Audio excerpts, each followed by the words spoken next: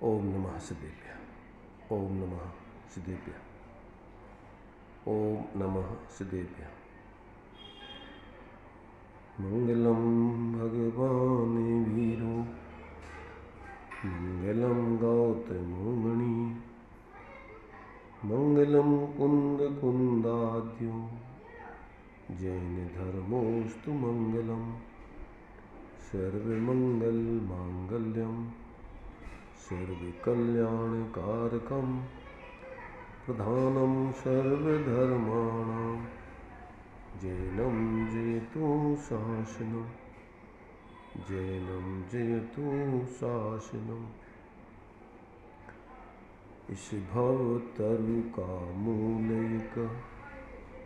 जानहु मिथ्या भाव ताकू कर निर्मूल अव करिए मोक्ष उपाय करिए मोक्ष उपाय।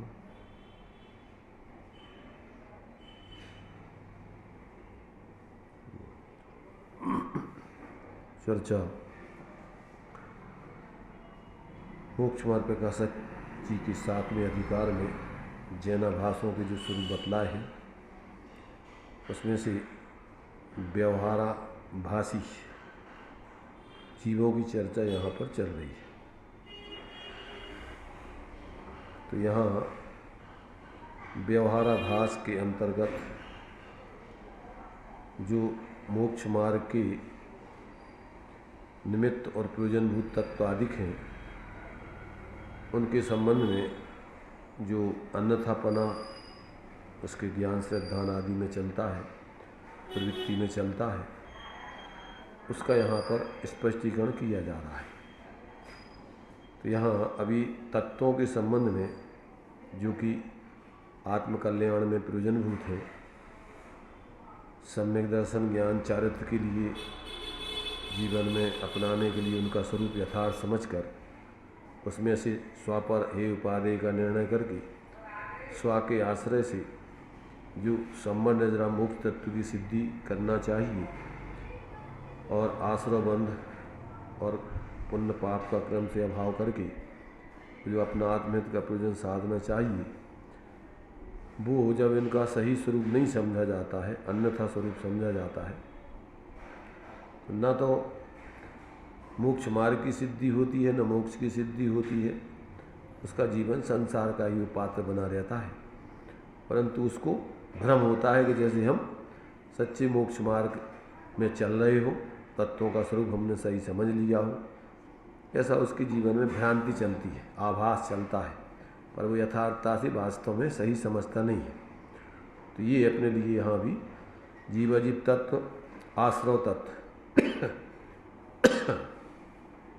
आश्रव तत्व के संबंध में कैसे उसके अन्यथापना होता है उसके बारे में अपन यहाँ विचार कर रहे हैं।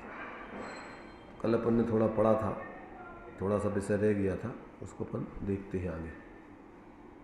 चलिए एक बार फिर से पढ़ेंगे पूरा पढ़ लो एक बार, फिर उसके आगे चलते हैं अपन। आश्रव तत्व का अन्यथा रूप तथा आश्रव तत्व में जो हिंसादी रूप पापाश्रव है उन्हें हे जानता है, हिंसादी रूप पुण्याश्रव है उन्हें उपादेय मानता है, परंतु यह तो दोनों ही कर्म बंध के कारण हैं।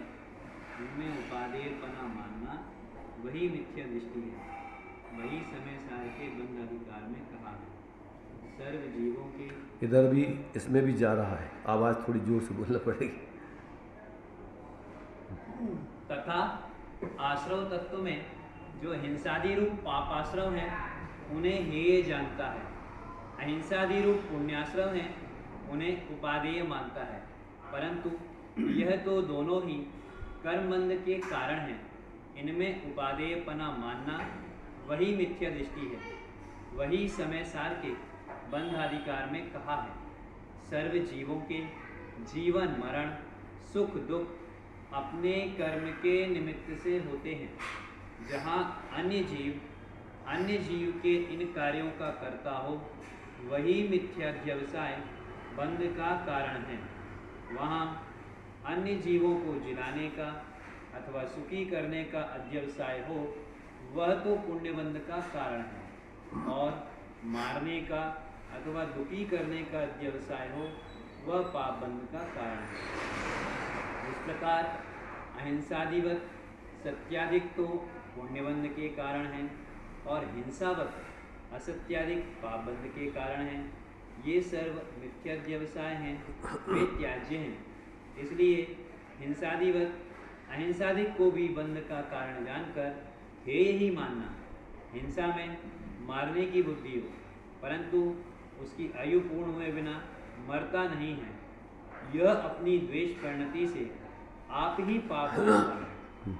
अहिंसा में रक्षा करने की बुद्धि हो, परंतु उसकी आयु अविशेष हुए बिना वह जीता नहीं है, यह अपनी प्रशस्त राग परिणति से आप ही पुण्य बांधता है। इस प्रकार यह दोनों हेय हैं। जहाँ वितराग होकर दृष्टा ज्ञाता रूप प्रवर्ते, वहाँ निर्बंध है, सो उपादेय है। सो ऐसी दशा न हो तब तक प्रशस्त राग रूप प्रवर्तन करो, परंतु श्रद्धांत तो ऐसा रखो कि यह भी बंध का कारण है, हेय है। श्रद्धांत में इसे मोक्ष मार्ग जाने तो मिथ्या दृष्टि ही होता है। यहाँ तक अपन ने जो है कल पढ़ लिया था, चर्चा भी कर ली थी। यहाँ तो इतनी बात अपन को यहाँ बताई जा रही है, क्योंकि यहाँ प्रकरण मोक्ष मार्ग और मोक्ष की सिद्धि का है। लौकिक दृष्टि से अपने लिए जो शुभ कार्य हैं, परोपकार आदि के कार्य हैं, उनको लोक में अच्छा माना जाता है, और जो अशुभ कार्य हैं, दूसरों के अहित आदि के भाव हैं, अपना स्वार्थ साधने आदि के भाव हैं लौकिक, ये सब गलत माने जाते हैं। परंतु यहाँ मोक्ष मार्ग में ये दोनों प्रकार के भाव वास्तव में परावलंबी हैं। दोनों प्रकार के भावों को छोड़कर अपने निःशुद्धात्म तत्व का अवलंबन करके उसकी श्रद्धा ज्ञान लीनता पूर्वक मोक्ष मार्ग की प्रवृत्ति होती है। तो यहाँ पर जो है, जो लौकिक दृष्टि से जो अहिंसा आदि भाव है, दूसरे जीवों को बचाने आदि का भाव, सत्य बोलने आदि का भाव, दूसरों को नहीं ठगने का, तो अहिंसा, सत्य, अचोरी, चोरी आदि करने का भाव नहीं, ईमानदारी से रहने का भाव, और कुशील आदि सेवन करने का भाव नहीं हो, अब माने शील सेवन ब्रह्मचर्य से रहने का भाव, परिग्रह आदि ज़्यादा संग्रह का भाव नहीं हो, कम से कम जितनी ज़रूरत है उतना रख करके, और परिग्रह आदि के प्रति माने अपन को ऐसा जो उसमें सुख बुद्धि पूर्वक संग्रह करके, झूठ आदि बोल करके, बेईमानी करके अथवा आसक्ति रख करके संग्रह करते, उन सब चीज़ों को लोगों में बुरा माना जाता है, उसका वो त्याग करता है। परंतु व्यवहारिक दृष्टि से जो कार्य दूसरों के हित आदि के होते हैं व्यवहार से, उनको अच्छा माना जाता है। पर परमार्थ से वास्तव में दूसरों का हित अहित, आचार्य कह रहे, उनके उदय अनुसार होता है। वो सामने वाला व्यक्ति तो निमित्त मात्र बनता है, मूल में बाह्य की परिस्थिति अनुकूलता प्रतिकूलता बनना, उसके लिए कर्म का उदय होता है तो ही वो बनती है।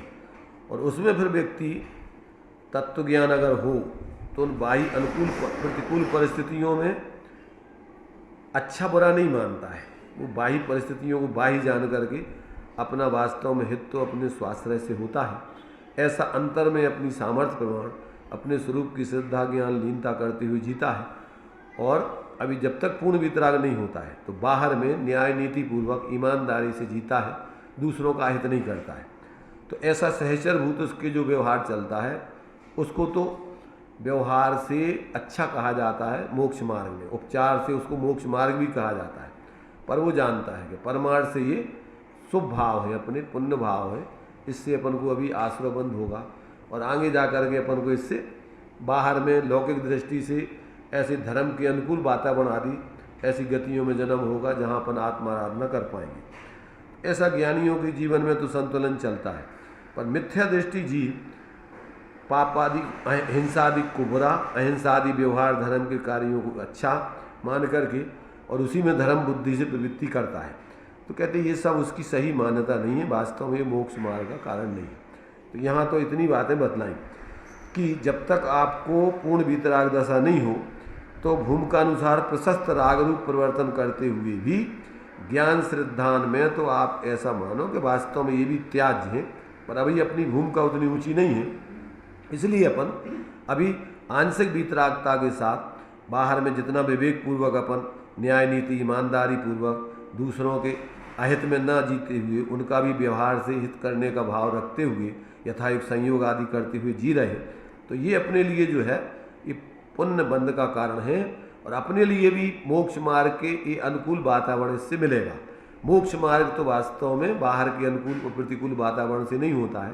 मोक्ष मार्ग तो अंदर में अपने स्वाश्रय से मोह राग द्वेष की क्रमशः अभाव करते हुए निवृत्ति करते हुए जो अंदर में स्वरूप का आनंद भोगते हुए जीवन जीते हैं वो मोक्ष मार्ग है।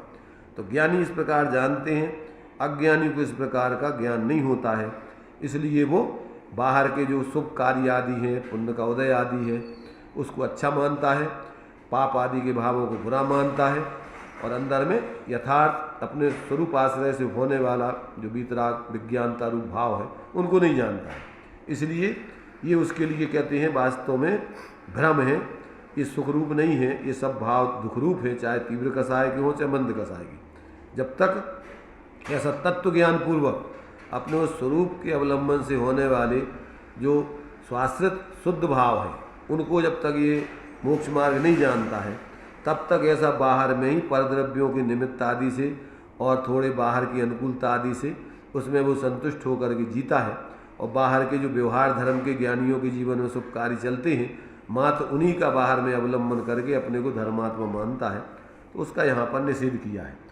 अब जो ये तो सामान्य कथन कर दिया मैंने आभास का, अब आभास के संबंध में जो अपने लिए आश्रव के विशेष भेद बतलाए हैं शास्त्रों में सिद्धांत में, उनमें कैसी कैसी उसकी भ्रांति रहती है, किसे वो मानता है और किस वास्तव क्या है, उस बात का भी स्पष्टीकरण क्रम से कर रहे हैं। तो शास्त्रों में दिया है कि जो आश्रव है वो मिथ्यात अवरति कसाय और योग रूप में होते हैं। अब जो शास्त्रों में उनके भेद प्रभेद बतलाए हैं तो उनका बाह्य स्वरूप तो वो जानता है, पर अंतरंग में जो वास्तविक रूप में जो है मिथ्यात का स्वरूप है, अवरति का स्वरूप है, कसाय का स्वरूप है, योगों का स्वरूप है, उन भावों की जाति को नहीं पहचानता। तो अब वो कैसे नहीं पहचानता, कैसा मानता है, अब उसका थोड़ा सा यहाँ दिग्दर्शन कराते हैं, देखिए। तथा मिथ्यात्व अविरति कषाय योग ये आश्रव के भेद हैं। उन्हें बाह्य रूप तो मानता है परंतु अंतरंग इन भावों की जाति को नहीं पहचानता। वहाँ अन्य देवादि के सेवन रूप गृहीत मिथ्यात्व को मिथ्यात्व जानता है परंतु अनादि अग्रहित मिथ्यात्व है उसे नहीं पहचानता।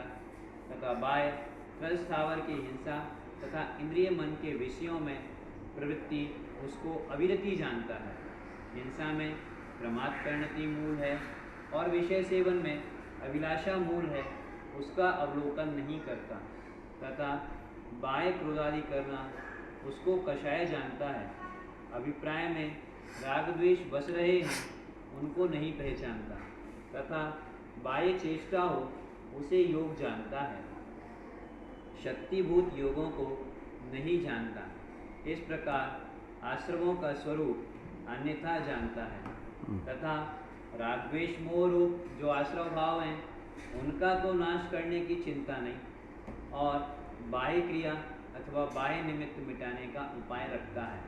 सो उनके मिटाने से आश्रव नहीं मिटता। द्रव्यलिंगी मुनि अन्य देवादि की सेवा नहीं करते, हिंसा या विषयों में नहीं प्रवृत्ते, क्रोधाधिक नहीं करते, मन वचन काय को रोकते हैं, तथापि उनके मिथ्यात्वादि चारों आश्रव पाए जाते हैं। तथा कपट से भी वे कार्य नहीं करते। कपट से करें तो ग्रैविक पर्यंत कैसे पहुँचे। इसलिए जो अंतरंग अभिप्राय में मिथ्यात्वादि रूप रागादि भाव हैं वे ही आश्रव हैं, उन्हें नहीं पहचानता। इसलिए इसके आश्रव तत्व का भी सत्य श्रद्धान नहीं। इसका मूल में जो है अपने लिए देखो, जो आश्रव के मूल भेद हैं वे मोह के भाव हैं, मिथ्यात और कसाय के भाव हैं मूल में। वैसे तो योगों को भी आश्रव में लिया है, परंतु वो मूल आश्रव नहीं है। उससे तो मात्र प्रकृति प्रदेश बंद होता है या प्रकृति प्रदेश कर्मों का आश्रय होता है। स्थिति अनुभाग आदि तो कसाय से, मिथ्यात्व कसाय से पड़ता है। तो अब ये जो है अंदर से मिथ्यात्व कसायों की जाति नहीं पहचान करके जो मिथ्यात्व के निमित्तादि हैं और जो कसाय के निमित्तादि हैं बाहर में, उनको ही वो बुरा मानता जानता है, इसलिए उनका त्याग करता है। और अंतरंग में जो अभिप्राय में विपरीतता चल रही है और जो अंदर में कसाय की वासना चल रही है वो दूर नहीं करता है। तो ये यहाँ पर उसका जो है थोड़ा सा स्पष्टीकरण दिया है। अब इसमें देखो अपन बाहर में कोई जीवों के तो क्षयोपशम ज्ञान विशेष होता है और विशुद्धि उतनी नहीं होती है। किन्हीं जीवों की क्षयोपशम कम होता है पर मंद कसाय रूप विशुद्धि होती है। किन्हीं जीवों के क्षयोपशम भी होता है और कसायों की मंदता भी होती है।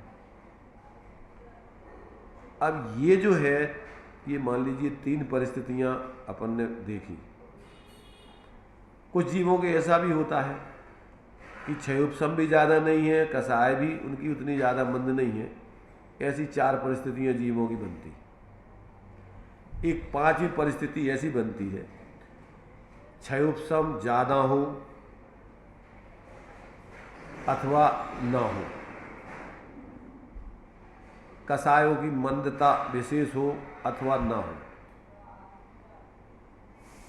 अब इसमें जिनके लिए तत्व ज्ञान नहीं होता है तो उनके क्या होता है कि जैसे क्षयोपशम ज्ञान ज़्यादा है जिसकी, तो वो धारणा में शास्त्रों को पढ़ विशेष लेता है, समझ विशेष लेता है, परंतु उस समझ से वो माने जो जानकारी बाह्य शास्त्र आदि के माध्यम से कर रहा है उस परलक्षी समझ को छोड़कर जिसके लिए वो शास्त्र थे, ऐसे अपने उस एकत्व भक्त आत्मा को लक्ष्य करके उसका अवलंबन करके स्वरूप के आश्रय से जीवन जीना, अब वो नहीं करता। उसकी कसाय मंद नहीं है, क्षयोपशम विशेष है, तो बाहर में विशेष अध्ययन आदि तो करेगा और उसका अध्ययन आदि करने से दूसरों में विशेष वो अपनी जानकारी दे करके विशेष अपने लिए विद्वत्ता भी बताएगा, पर वो उसके जीवन में वो प्रयोजन सिद्ध नहीं होता है। तो एक तो ये क्षयोपशम ज्ञान विशेष होने पर, कसाय की मंदता आदि नहीं होने पर उस क्षयोपशम ज्ञान आदि का उस कसाय आदि के पोषण में या लौकिक प्रयोजनार्थी उसका प्रवर्तन करता है। एक कसाय मंद होती है, क्षयोपशम उसके ज़्यादा नहीं होता है, तो बाहर में मंद कसाय से वो वैराग आदि धारण करके निर्वृत्ति मार्ग को अपना लेता है। कदाचित वो साधु आदि बन जाए, तप आदि विशेष करने लग जाए, परंतु वो बाहर से हट करके इन कसायों की मंदता आदि से उपयोग को हटाकर अंदर में अपने वो स्वरूप की आराधना में नहीं लगता है, तो वो साधु बन करके नौवें व्यक्ति तक चला जाएगा।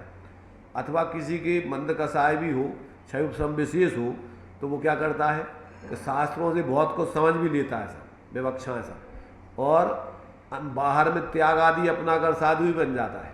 पर इन दोनों प्रकार के विकल्पों से ज्ञान में जाने हुए परलक्षी ज्ञेयों का धारणा ज्ञान और मंद कसाय से बाहर से की गई निर्वृत्ति आदि और मंद कसाय रूप प्रवृत्ति शुभ व्यवहार, इन दोनों से अपने उपयोग को हटा करके माने ज्ञान में ज्ञात होने वाले ज्ञेयों का माने बाहर सब शब्दों के माध्यम से वस्तु स्वरूप आदि का ज्ञान और बाहर में निर्वृत्ति लेकर के मंद कसाय रूप प्रवृत्ति वृत्तादि में प्रवृत्ति शुभ कार्यों रूप, तो इनसे हट करके वो इन कसायों से पृथक और ज्ञान में ज्ञात होते हुए अनेक ज्ञेयों से पृथक होकर के अपने स्वरूप से जुड़ करके वो निर्विकल्प अनुभूति नहीं करता। तो वो क्या है कि वो जो है क्षयोपशम ज्ञान से विशेष जानता भी है और उससे सोचता है कि हाँ हम तो जानते हैं, और बाहर में निर्वृत्ति भी कर रहा है तो जानते हैं कि भैया अपन तो धर्म भी व्यवहार धर्म में जो धर्म भी कर रहे हैं, सब ज्ञान में आता है। तो अब वो क्या होता है, एक दृष्टि से वो इन आभासों में ही पड़ा रहता है, भ्रम हो जाता है उसको। हाँ, तो कभी उग्रता जिसकी हो, क्षयोपशम ज्ञान की विशेषता हो, कसाय मंद नहीं हो, तो क्या है वो निश्चयभारी टाइप का बन जाता है। जिसकी कसाएं विशेष मंद हो, निवृत्ति विशेष ले ली हो, तो वो व्यवहाराभासी बाहर के इस धर्म में विशेष मानने लगता है। अथवा दोनों में जो है, दोनों का माने संतुलन बना करके इसको भी अच्छा मानता है, जानकारी को भी अच्छा मानता है कि अपना ये ज्ञान है, सब वस्तु स्वरूप जैसा है, और ऐसी अपनी धर्म की प्रवृत्ति चल ही रही है। तो ये अनेक प्रकार के उसके जीवन में भ्रांतियां होती हैं। अब कोई जीव क्षयोपशम कम हो, समझ रहे ना, उसके पास जानकारी ज़्यादा नहीं होती हो और उतनी कसायों की मान लीजिए वो त्याग भी नहीं कर पा रहा है, तो वो वस्तु स्वरूप समझ करके भेद विज्ञान करके एक सामान्य भूमिका में सम्यक दृष्टि बन सकता है। अगर कसाय विशेष मंद हो तो वो निर्वृत्ति लेकर के माने गुण स्थान प्रमाण माने बाहर में निर्वृत्ति लेके पंचम आदि मुनिराज आदि के भूमिका में वो उतनी ऊंचाई को पा करके साधक हो सकता है। सवाल ये है कि वो बाहर में उसकी वृत्तादि कितने ले पा रहा है, क्षयोपशम ज्ञान से कितना जान पा रहा है, मूल प्रयोजन की बात समझ करके वो उसकी साधना कर पा रहा है कि नहीं। यहां मोक्ष मार्ग में तो महत्ता है कि सब परद्रव्यों से भिन्न अपने उस ज्ञान स्वरूप आत्मा की अंदर में निर्विकल्प होकर आराधना करते हुए श्वास रह से जीवन जीना। अब वो स्थिति इन आभासियों की होती नहीं है। अब मिथ्यात्व में क्या करता है, अवृत्ति में क्या करता है, कसाय में क्या करता है और योगों में क्या करता है, और किसी को धर्म मानता है, क्योंकि व्यवहाराभासी है तो बाहर में तो वो धर्म तो करता हुआ दिख रहा है और भ्रम कहाँ है उसकी। अब ये यहाँ पर बता रहे हैं। तो देखो इन चारों की जाति यहाँ इन बताई गई, कहाँ उसकी भ्रांति हो रही। यहाँ कहते हैं कि ये जो आश्रव के भेद बताए हैं उन्हें बाह्य रूप से तो मानता है, परंतु अंतरंग इन भावों की जाति को नहीं पहचानता। अब कैसे नहीं पहचानता, देखिए वहाँ अन्य देवादिक के सेवन रूप गृहीत मिथ्यात्व को मिथ्यात्व जानता है। माने तीव्र मिथ्यात्व के उदय में जो अपना अंदर अनादिकालीन मिथ्या चल रहा है वो तो चल ही रहा है, और जो कुगुरु कुदेव कुधर्म से पोसे चिर दर्शन मोहे, इससे क्या करता है ये कि अपने वो अनादिकालीन गृह मिथ्यात्व का इनके माध्यम से और पोषण करता है। तो जो जीव व्यवहाराभासी है वो बाहर में इनका तो त्याग कर देता है, परंतु जो अनादिकालीन अघृत मिथ्या चल रहा है उसको नहीं समझता। क्या नहीं समझता? ना तो वो कुगुरु कुदेव कुधर्म आदि बाहर में मानता, को शास्त्रों को मानता है, न उनके द्वारा बताए तत्वों को मानता है। ये अपने भगवान जनेन्द्र के द्वारा बताए हुए तत्वादिक को ही मानता है, पर अपने को चैतन्य स्वरूप अंदर में पर से पृथक होकर के ऐसी अनुभूति प्रतीति नहीं करता। बाहर में शास्त्रों से तत्वादि का ज्ञान क्षयोपशम में करता है, भेद प्रभेद सब समझता है, और बाहर में कुदेवादिक का जो है निषेध किया है वो नहीं करता है उसमें किसी प्रकार, तो ऐसा उनका सेवन आदि नहीं करता है। परंतु अंतरंग में अभी उसको अपने स्वरूप का अंदर में भाव भाषण करके और अनादिकालीन कसायों से पृथक होकर, ऐसे विकल्पों से पृथक होकर अपने स्वरूप की अनुभूति नहीं करता। तो ये स्थूल रूप में उसने व्यवहार धर्म के तत्वादि को तो मान लिया, पर अंदर में जो सूक्ष्म अपने स्वरूप के अनुभव पूर्वक जो मिथ्यात्व का भाव होता है वो नहीं करता है। तो ये इसमें इसकी ऐसी भूल चलती है। वहाँ अन्य देवादिक से के सेवन रूप गृहीत मिथ्यात्व का को तो मिथ्यात्व जानता है, परंतु अनादिकालीन अघृत मिथ्यात्व है उसे नहीं पहचानता है। तो ये हो गया उसका काय के संबंध में, मिथ्यात्व के संबंध में अन्यथापना। मतलब सच्चे देवशास्त्र गुरु को मानना तो सम्यक दृष्टि मानते हैं। बाहर तो सात तत्वों को मानता है, उनके स्वरूप को समझता है, परिभाषा वगैरह सब पता है उसको, सब निश्चय व्यवहार से वस्तु स्वरूप क्या है ये भी पता है। अभी सम्यक ज्ञान के प्रकरण में आएगा, शास्त्रों से वो उनका बाह्य पक्ष समझता है, अभी बताया ना उसमें, वो अंतरंग में उनका वो जो यथार्थ है अपने को अपने रूप अनुभूति नहीं करता है। तो ये उसकी भूल सूक्ष्म चलती है, स्थूल रूप में उसकी है, इसलिए अग्रीत नहीं निकलता। हाँ, इसलिए उसको बाहर में इस प्रकार का आप गलती नहीं दिखा सकते उसकी, पर अंतरंग में अपने को अपने रूप अनुभव नहीं करता। मात इसी को वो क्षयोपशम ज्ञान की जानकारी को ज्ञान मान लेता है, और बाहर में कुगुरु कुदेव कुधर्म आदि को नहीं मानना, उसको मिथ्यात्व का अभाव मान लेता है, और तत्वों का श्रद्धान उसको जैसा पढ़ लिया भेद पूर्वक उनको जान मान ही रहा है कि भैया यही तत्व है, अपन जीव है, अजीब आदि नहीं है, और ये आश्रव भाव दुख के कारण है, पर उस अपने को अपने रूप अनुभव करके न आश्रमों से निवृत्ति नहीं करता। ऐसा जो है इसके ये मिथ्यात्व के संबंध में अनादिकालीन जो है माने इसकी व्यवहाराभासी की ये भूल चलती है। अब अविरति में कहाँ भूल चलती है? तथा बाह्य त्रस स्थावर की हिंसा तथा इंद्रिय मन के विषयों में प्रवृत्ति उसको अविरति जानता है। माने जो पाप रूप त्रस स्थावर जीवों की हिंसा होती है वो तो छोड़ दिया, त्रस हिंसा को त्याग वृथा थावर न संगार है, ये तो सब छोड़ दिया उसने। और क्या है, 5 इंद्रियों के विषयों में जो भोगी जीव प्रवृत्ति करते वो भी नहीं करते, अब वो छोड़ दी सब, क्योंकि शास्त्र में लिखा है 12 प्रकार की अविरति, 6 काय की जीवों की हिंसा से निर्वृत्ति हो जाना और 5 इंद्रिय मन के विषयों से निर्वृत्त हो जाना। तो ये बाहर में स्थूल रूप में छोड़ दिया उसने। तो अब हाँ, स्थूल रूप में जो पाप आदि के कार्य रूप में हिंसा आदि बताई है, विषयों की प्रवृत्ति बताई, वो नहीं करता है। तो अब इसको मान लेता है वो कि ये इसको अविरति मानता है। और अंतरंग हिंसा में यहाँ कहते हैं कि हिंसा में प्रमाद परिणति मूल है। प्रमाद माने कसाय और मिथ्यात्वपूर्वक स्वरूप की असावधानी, चाहे वो मंद कसाय अनंतानबंदी की हो, चाहे मंद मिथ्यात का उदय चल रहा हो। तो क्या है इसमें कि जब तुम्हारी तीव्र कसाय रूप, तीव्र मिथ्यात रूप प्रवृत्ति तो छोड़ दी तुमने अनंतानबंदी की, पर मंद कसाय और मंद तुम्हारे से मिथ्यात की प्रवृत्ति जो चल रही है अभी, तत्वों की अज्ञानता आदि रूप, वो नहीं छोड़ी भाई, अभी स्वरूप के ग्रहण से वो नहीं छूटी। तो अब वो नहीं समझता, इसको समझ में आ रही कि नहीं? माने कसाय रूप प्रवृत्ति और मिथ्यात रूप प्रवृत्ति सूक्ष्म और स्थूल, तो स्थूल तो छोड़ दी सब, जो बाहर में तीव्र गृहित मिथ्यात आदि तीव्र मिथ्यात के उदय प्रवृत्ति होती थी वो नहीं होगी। अनंतानबंदी के उदय में जो राज विरुद्ध, लोक विरुद्ध, धर्म विरुद्ध आदि अथवा बाहर का परिग्रह आदि में प्रवृत्ति वो नहीं है, छोड़ दी सब, साधु बन गए मन। तो हिंसा में प्रमाद, प्रमाद माने अपने स्वरूप की असावधानी। अब वो तुम्हारी असावधानी तीव्र रूप में चल रही कि मंद रूप चल रही है अभी, मिथ्यात का उदय माने अभी स्वरूप की अनुभूति प्रवृत्ति हुई नहीं, और अनंतानबंदी कसाय का भी अभी अभाव हुआ नहीं, मंद कसाय शुक्ल से जन्य चल रही, मान लो साधु बन गए। तो अब ये समझता नहीं मूल में कि भैया ये तो पूरी असावधानी अभी स्वरूप की पूरी चल रही, अब वो ये नहीं समझता इसमें। तो कहते हिंसा में प्रमाद परिणति मूल और विषय सेवन में अभिलाषा मूल है। अभिलाषा का मतलब ही वही होता है तुम्हारा रस बुद्धि कसाय की, उसमें पंच इंद्रियों के विषयों में सुख बुद्धि क्या चल रही तुम्हारी, जो बाहर में पंच इंद्रियों के विषयों में सुख बुद्धि होती है वो तो छोड़ दी, ऐसी इस स्थूल रूप में तो छोड़ दी, पर अंदर में अभी पंच इंद्रिय विषयों का धर्म के नाम पर भी तुम्हें मंदिर अच्छा होने चाहिए, अच्छी बढ़िया मूर्ति होने चाहिए।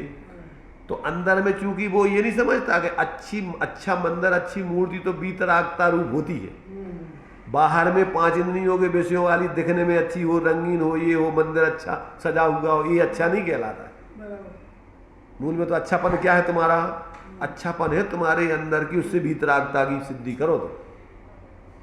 तो वो तात्विक दृष्टि से मंदिर का अच्छापन, भगवान का अच्छापन अथवा उपदेश आदि का वो नहीं समझता प्रयोजन। तो इस प्रकार से वो बाहर में क्या है कि बाहर के स्थूल विषय तो छोड़ दिए, पर वो अभी अंदर में उसके लिए बाहर की प्रवृत्ति 5 इंद्रिय आदि के मन संबंधी ये सब चलती रहती। हाँ, वो अभी अभिलाषा, तो अभिलाषा तुम्हारी वो गई नहीं, बाहर में ही भैया अपन ऐसा लगता है भैया अच्छे अच्छे क्षेत्रों पे जाते रहे, अच्छे अच्छे हमारे लिए उपदेश सुनने को मिलते रहे। तो ये कौन सी अभिलाषा है? कर्णेंद्रिय के विषय की, आँखों के देखने की, बाहर में घूमने की, मन के विकल्पों की, अभी उसमें रुचि छूटी नहीं है तुम्हारी। तो ये जो है इस प्रकार से कहते हैं कि जो हिंसा में प्रमाद और विषय सेवन में अभिलाषा मूल है। अब इसको कोई नहीं बुरा कहेगा, जो बाहर में धर्म के निमित्त आदि इनके रस बना रहना और इनमें रुचि बनी रहना, इसको कौन बुरा कहेगा? अगर तुम कहोगे भैया ये कछु दम नहीं है, तो तुम धर्म करने का निषेध कर रहे। अगर मान लो तुम्हारे लिए जो अच्छे अच्छे सुनने के लिए नए नए लोग सुनाते रहे, तो कौन का लोग में अरे भैया ये कछु दम नहीं है सुनने में, नए नए लोगों को सुनने में, वे बहुत अच्छे बोला, वे बहुत अच्छे बोला, कहाँ बोला अच्छो बोलना तो वही है कि जिसमें तुम्हें भेद बोलने सुनने की रुचि खत्म हो के अंदर में स्वरूप का अनुभव कर लो तुम। तो ये सूक्ष्म रीति से तुम्हारे इन 5 इंद्रिय मन के विषयों की अभिलाषा चलती रहती है। अब वो समझ में नहीं आती उसको, क्यों कि वो तो जब ही समझ में आएगी जब आप अंदर में अपने स्वरूप की अनुभूति कर लो। स्वरूप की अनुभूति के बाद फिर क्या होता है, जब ने जात मन हो आवे तब और कछु न सुहावे, रस नीरस हो जात तत्क्षण अक्ष विषय। 5 इंद्रियों के कोई विषय उसको रुचते नहीं। गोष्ठी कथा कौतूहल विकटे, मन के विकल्प संकल्प, अरे का उसमें दम है, इसमें आकुलता को काम है, तो उसको इसमें भी रुचि नहीं है।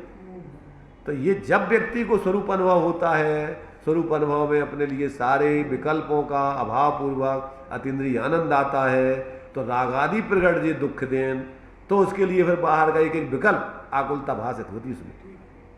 फिर कसाय मात्र दुख रूप लगती है, मंद कसाय के तीव्र कसाय, उसके लिए सब कसाय दुख रूप लगती है।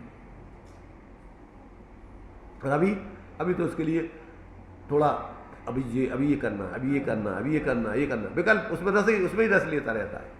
तो ऐसा जो है यहाँ कहते हैं कि हिंसा में प्रमाद परिणति, विषय सेवन में अभिलाषा, तो तेरी अभिलाषा की अभिलाषा बनी तुझे कोई भी होए, धर्म के नाम की है कि तेरे लिए और भी संसार और दूसरे स्थूल रूप में, किसी रूप में हो जाए। हाँ, तो अभिलाषा मात्र दुख का कारण है। अब ये समझता नहीं है, उसमें अभिलाषा बनी रहती है उसकी। तो ये उसकी सूक्ष्म रूप से जो है उनकी जाति नहीं समझता कसायों की, अभिलाषा मात्र कसाय है, और ये कसाय अपने आत्मा के हित में नहीं है। हमारे यहाँ समझ में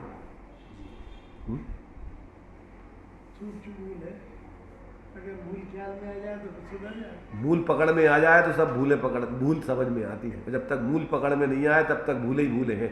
डाल डाल पात पात घूमता रहता है और वो समझ नहीं पाता कि हम कहाँ गलती कर रहे हैं। भैया ठीक है, अब हम कभी साधु तो नहीं बन गए। अरे भाई साधु बनवे नहीं बनवे का सवाल नहीं है, तेरे अभिप्राय में क्या चल रहा है अभी? नहीं, तुझे उसमें रुचि है क्या? परिस्थिति बसात करना पड़ रहा वो अलग चीज है, और तेरे लिए उसमें रुचि और रस होना अलग चीज है, उसका पक्ष लेना अलग चीज है। उसका अवलोकन नहीं करता तथा क्रोधादि किसे मानता है? बाही क्रोधादि करना उसको तो कसाय जानता है, इनको बहुत कसाय आती है। और अभिप्राय में जो राग द्वेष बस रहे हैं, क्या मतलब है? इंटेंशन अभिप्राय में राग द्वेष बस रहे का क्या अर्थ होता है?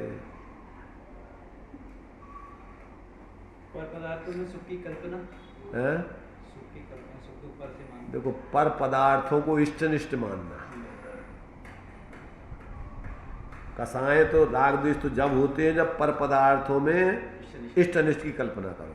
इसलिए दिया है कि जब तत्व अभ्यास के बल से कोई पदार्थ इष्टनिष्ट भाषित नहीं होता तब कसाएं सहज ही नहीं होती, और होती हैं तो वो अस्थिरता जन्य मजबूरी जन्य होती है। वो इच्छा पूर्वक नहीं करता है, रुचि पूर्वक नहीं करता है। जब तक इसको बाहर में, यहाँ तक कि धर्म के जो भी निमित्त है उनमें भी अगर क्या लगा हुआ है, अगर हित बुद्धि है कि इनसे हमारा कल्याण हो जाएगा, तो क्या होगा कि तुम्हें राग द्वेष होते ही रहेंगे। उन अनुकूल निमित्तों में राग और उन प्रतिकूल निमित्तों में द्वेष। कि भैया ना कुगुरु कुदेव कुशास तुम्हारे लिए अहितकारी है, न सच्चे देव गुरु धर्म तुम्हें हितकारी है। पूर्व भूमिका में तो है नहीं, वो अभी पूर्व भूमिका अभी जाइए है पहले तो अभी तुम्हारे लिए कि हमें परद्रव्य कुछ भी हमें देने लेने वाली नहीं। पहले दो टूक वस्तु स्वतंत्रता को निर्णय करना, फिर अब तुम्हारे लिए समझने में निमित्त वो अलग चीज है, पर वो तुम्हें समझाएंगे नहीं। समझना तुम्हें अपने ज्ञान में, जब तुम्हारी पात्रता पकेगी तो उन पे आरोप आएगा सब, पर उनने तुम्हें कोई समझा दिया हो ऐसा नहीं। समझा सकने की व्यवस्था नहीं। बहुमान भी आएगा, सब होगा, परंतु उनको करता नहीं मानोगे। ऐसा जब तक अंदर में भाव भाषण नहीं होता, निर्णय नहीं होता, तब तक अब वो क्या करता है कि बाहर की क्रोधाधिक करना को बुरा मानता है, गुस्सा आता है, लड़ने झगड़ने लगता है। पर तेरे अभिप्राय में क्या बैठा रखा तूने? की कल्पना को बुरा नहीं मानता। अभिप्राय में जो राग द्वेष बस रहे, राग द्वेष माने इष्टनिष्ठपना पर पदार्थ में मान रहा है, वो राग द्वेष बस रहे तेरे में। वो मूल कारण तो वो है तेरे लिए राग द्वेष का, मैंने पर पदार्थों को तूने अच्छा बुरा मान रखा है। ये इसका नाम है के अभिप्राय में जो राग द्वेष बस रहे, जो भी अपने को छोड़ के सारी दुनिया तेरे लिए, कोई सब पर पदार्थ तेरे लिए न अच्छे हैं न बुरे हैं। पहले दो टूक निर्णय वस्तु स्वरूप का होना चाहिए और फिर सदनिमित्तों का विवेक होना चाहिए। फिर उन सदनिमित्तों के प्रति अनुराग होगा, एक अलग चीज हो गई, पर तेरे लिए कर्तृत्व पने की बुद्धि नहीं होगी उनमें कि इनसे हमारा कल्याण, जी कर देंगे हमारा कल्याण। नहीं आ रहा समझ। तो इस प्रकार ये कहते हैं कि बाही क्रोधादि करना उसको तो कसाय जानता है। बाहर में अगर कोई को मान लो, ये सोचो कि सम्यक दृष्टि जीव को भी कृष्ण लेस्याजन कसाय हो सकती है, बाहर में युद्ध लड़ सकता है, वो लाखों जीवों की हिंसा आदि हो सकती है उसके निमित्त से, पर उसके अभिप्राय में भूल नहीं है। और एक व्यक्ति साधु बन करके तुम उसको छील दो, काट दो, पीड़ दो, वो नहीं करेगा, और फिर भी अनंत आनंदी का साथ चल रही।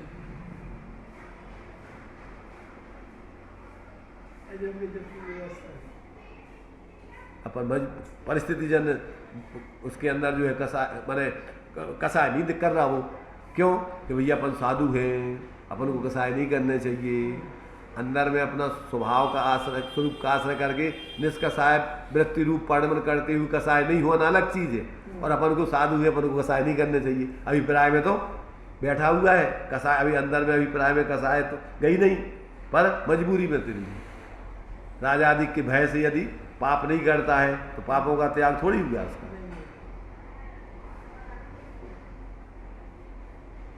तो इस प्रकार से यहाँ पर कहते हैं कि बाही क्रोधादि करना उसको तो कसाय जानता है। अभिप्राय में जो पर पदार्थों के प्रति इष्ट अनिष्ट की कल्पना पूर्वक जो राग देश बस रहे हैं उनको नहीं पहचानता। तथा बाही चेष्टा हो उसे योग जानता है। मन वचन काय की बाही प्रवृत्ति हो उसको योग जानता है, शक्तिभूत योगों को नहीं पहचानता। शक्तिभूत योग क्या कहलाते? देखो, आत्मा के प्रदेशों में चंचलता होना ये द्रव्य योग है, और जिस शक्ति के कारण से वो चंचलता होती है वो भाव योग है। जिस शक्ति के कारण वो चंचलता प्रदेशों में होती है वो भाव योग है। ऐसे उस भाव योग को नहीं पहचानता।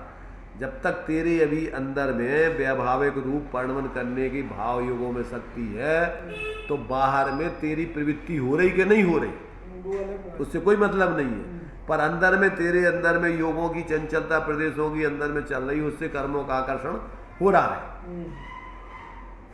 तो वो सूक्ष्म है। अपन यहाँ व्यवहार में तो बोलते मन वचन काय को द्रव्य योग बोलते हैं, और आत्मा के प्रदेशों का परस्पंद भाव योग है। जबकि सूक्ष्मता से तात्विक दृष्टि से विचार करो तो आत्मा के प्रदेशों का परस्पंद द्रव्य योग है, और जिस शक्ति के कारण से वो परस्पंद हो रहा है वो भाव योग है। तो व्यावहारिक शक्ति के कारण व्यावहारिक शक्ति निमित्त है। मिथ्यात्व का परिणमन व्यावहारिक शक्ति तो निमित्त है, उसमें मिथ्यात्व का परिणमन तुम्हारे अंदर सिद्धागुण का विपरीत परिणमन है वो योग है। हाँ, वो नहीं, वो अलग अलग, वो तो वो मिथ्यात्व की भाव। यहाँ तो अरहंत भगवान को सबसे ज्यादा ये परस्पंद होता है, योग गुण की बात है। तो अंदर में जो तुम्हारा परस्पंद होने की जो जिसके कारण से जो योग तुम्हारे अंदर भाव योग है, जिसके कारण से ये परस्पंद हो रहा है, वो तुम्हारे अंदर का खुद का भाव है, वो खुद की शक्ति है वो उस प्रकार की। और जब तक वो तुम्हारा उसका भाव नहीं होता तब तक ये परस्पंद रुकेगा नहीं। तो जैसे अंदर में मिथ्यात्व का भाव नहीं मिटेगा जब तक तुम्हारे माने विपरीत प्रकार का बाहर में परिणमन कर रहा है कि नहीं कर रहा है, गुरु को देव मान रहा है कि नहीं, पर वो मिथ्या संबंधी तुम्हारी प्रवृत्ति चल रही तत्संबंधी सूक्ष्म। और वो जब तक आप स्वाश्रय रूप परिणमन नहीं करोगे। ऐसे ही जब ये जीव देखो, जब अपने स्वरूप का अवलंबन करता है तो जहां से संबर होता है वहां से सारे आश्रव के भेदों में संबर चालू हो जाता है। मतलब मिथ्यात्व भाव हुआ निमित्त और योग का परिस्पंदन हुआ निमित्त नहीं, मिथ्यात्व का परिणमन अपना अलग है, योगों का परस्पंद अपना अलग है, सब अलग अलग गुणों का परिणमन अपना अपना चल सद्गुण रहा की है। पर्याय है। और वो वैभाविक शक्ति जो है, विभाव, उसका वैभाविकपना, वो वैभाविक शक्ति विभाव नहीं करवाती। वैभाविक शक्ति तो नाम है एक शक्ति का। और जब ये जीव तत्व ज्ञान पूर्वक स्वरूप का आश्रय करता है तो उन गुणों का, सारे गुणों का स्वाश्रय से अभाव विभाव रूप परिणमन रुकता है। जो अपन बोलते सर्वगुणांशु समके तो सर्वगुणांशु मिथ्या। बराबर। जब अभिप्राय विपरीत है तो तुम्हारी सारे गुणों की विपरीतता चल रही है उसमें। और जब तुम्हें सम्यक्त हो गया तो सब सर्वांग से तुम्हारे सम्यक्त हो जाए। अब उसमें क्या होगा? मिथ्यात गया, साथ में मिथ्यात, अवरति, कसाय, प्रमाद, योग, ये पांचों आश्रमों को लगा उसमें। तो जिस समय मिथ्यात गया उस समय तुम्हारे अनंत आनंदी कसाय भी गई, उस समय तुम्हारी मिथ्यात और अनंत आनंदी जन अवरति भी गई, और वो तत्संबंधी प्रमाद भी गया, और तत्संबंधी योगों की प्रवृत्ति भी गई। जहां से तुम्हारा स्वाश्रय चालू हुआ वहां से सब चीजें तुम्हारी समाप्त होना चालू होती है। अब कसाय और मिथ्यात आदि सब कुछ चले गए, परंतु योगों का अभी व्यावहारिक परिणमन चल रहा है अरहंत अवस्था में। वो उसका अपना सेपरेट व्यवस्था है। वो जब उसका अपने स्वरूप की स्थिरता हो करके वो योगों का परिस्पंद भी जब अभाव होगा तब कर्मों का आकर्षण खत्म होगा। वो स्थिति अलग है। तो ये जो है माने अंदर से वो कहते भाव योग को नहीं समझता, बाहर की प्रवृत्ति को योग समझता है, उसको रोकता है। तो अब उसमें देखो खुलासा करना ही, बाह्य चेष्टा हो उसे योग जानता है, शक्तिभूत योगों को नहीं जानता। इस प्रकार आश्रमों का स्वरूप अन्यथा जानता है।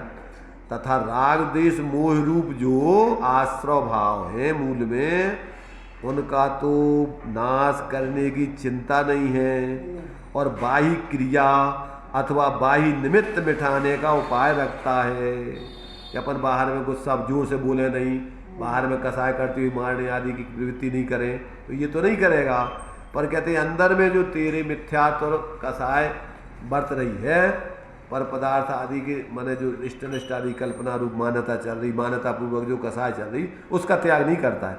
तो बाहर में निमित्तों से हटेगा, बाह्य की क्रिया को रोकेगा, परंतु क्या करता है अंदर में मोह राग द्वेष आदि का अभाव नहीं करता। और उसका उपाय क्या है?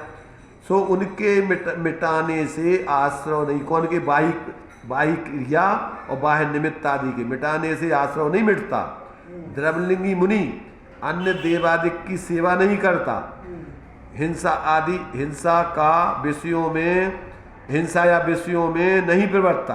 बाहर में जो द्रव्य हिंसा आदि है, बाहर में उसमें प्रवृत्ति नहीं करता।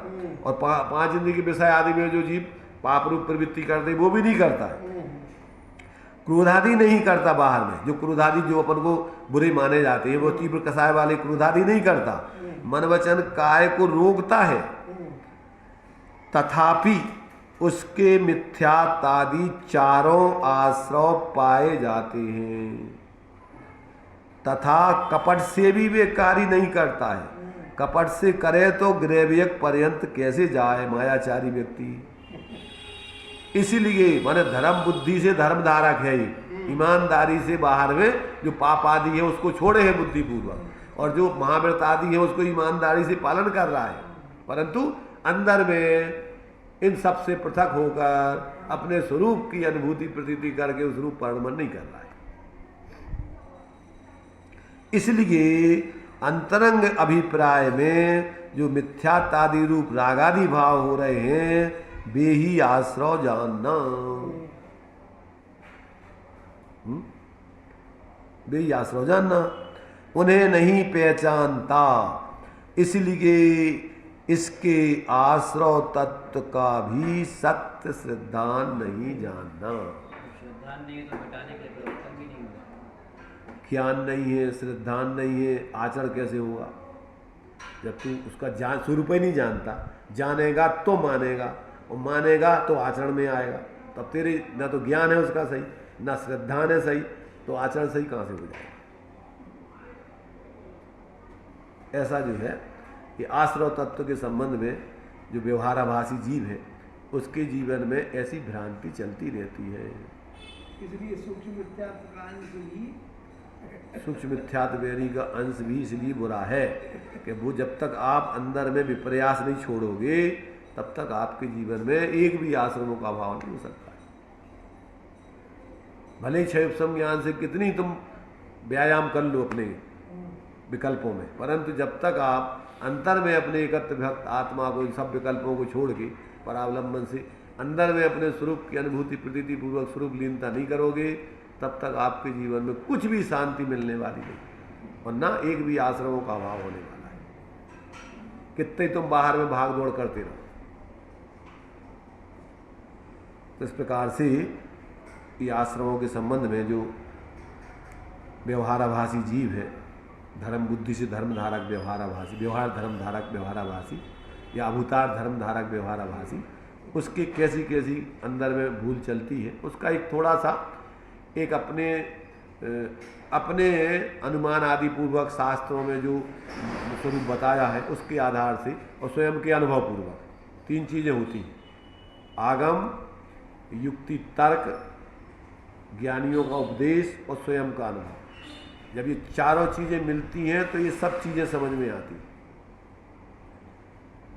आगम से भी पढ़ लो, युक्ति तर्क भी क्षयोपशम ज्ञान से लगा लो, ज्ञानियों को भी सुन लो, और जब तक तुम्हें स्वयं अनुभव नहीं होगा तब तक तुम्हें उसका यथार्थ भाव भाषण नहीं हो सकता है।